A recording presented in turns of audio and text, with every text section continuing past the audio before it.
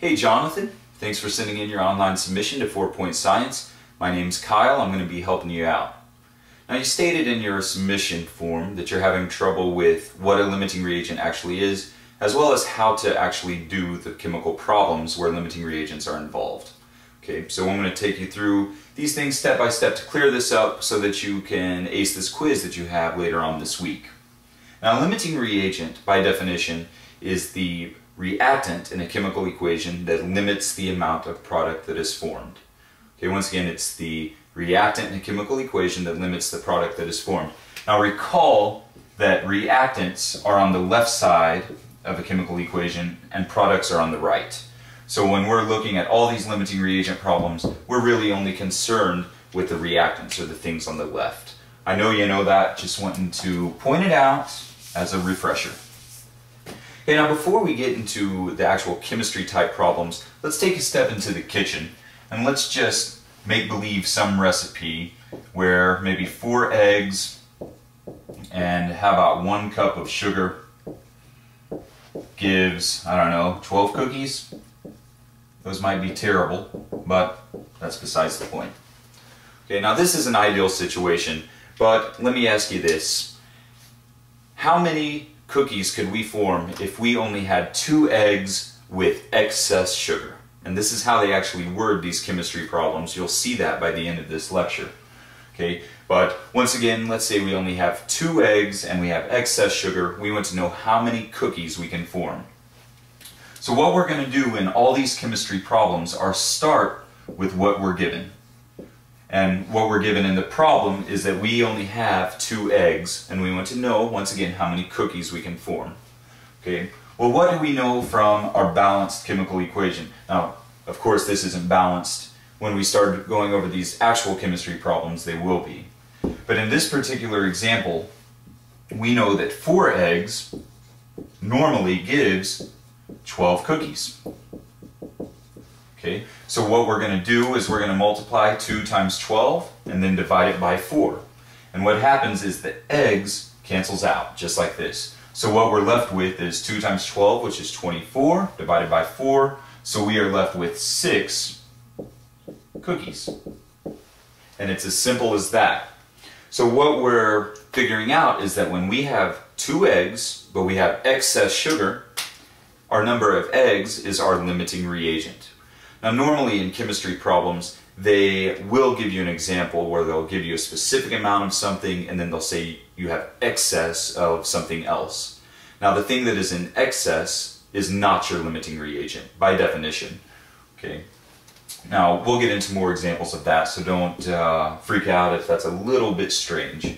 But once again, I just want to point out what we did. We have our normal equation here where 4 eggs, 1 cup of sugar gives 12 cookies. But in the problem, we say we only have 2 eggs and excess sugar, and we want to know how many cookies we can make. So we start out with what we're given. Always, always, always start out with what you're given. And then you cancel it out by dimensional analysis. So you go to what you want. So we want cookies, so we know that 4 eggs gives 12 cookies, and voila, you just do the math. So what I want to do now is go through a second example using this exact same setup. What we did in the first problem was we told you that something was in excess, which means we already knew what the limiting reagent was. Well, what happens, and this happens a lot in chemistry problems, when they don't tell us that something is in excess, and instead both of our starting values are lower than what we need to make our 12 cookies. For example, what would happen if we have 3 eggs and half a cup of sugar? How do we know which one of these is our limiting reagent? Because they're both under our original starting values, right?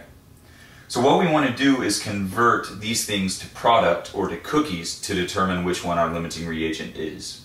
So you remember, our limiting reagent is the reactant that gives the least amount of product, okay? Or the reactant that limits the amount of product that is formed.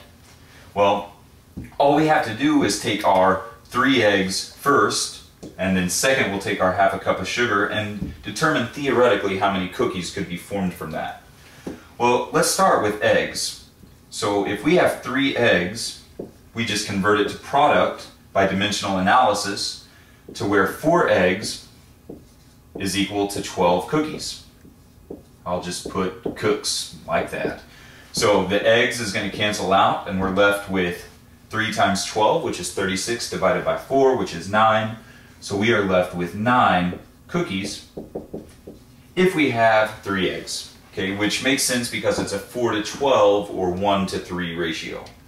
Right? So 3 eggs theoretically gives 9 cookies, and that's important. Okay, but let's try it with the half a cup of sugar now. So doing the exact same method, we start out with our half a cup of sugar, and then we convert it to product. And we know that 1 cup of sugar gives 12 cookies. Once again, we know that from our ratios in our chemical equation up here. The sugar cancels out, and we're left with half times 12 divided by 1, which is 6 cookies. Okay, so the half a cup of sugar gives 6 cookies. The 3 eggs theoretically would give 9 cookies. So what happens is our half a cup of sugar we say is our limiting reagent because it gives the least amount of product. So we very easily here, as you can see, just found out what the limiting reagent was, and we can easily apply this exact same method to real chemistry problems. Okay, so that's what we're going to do next.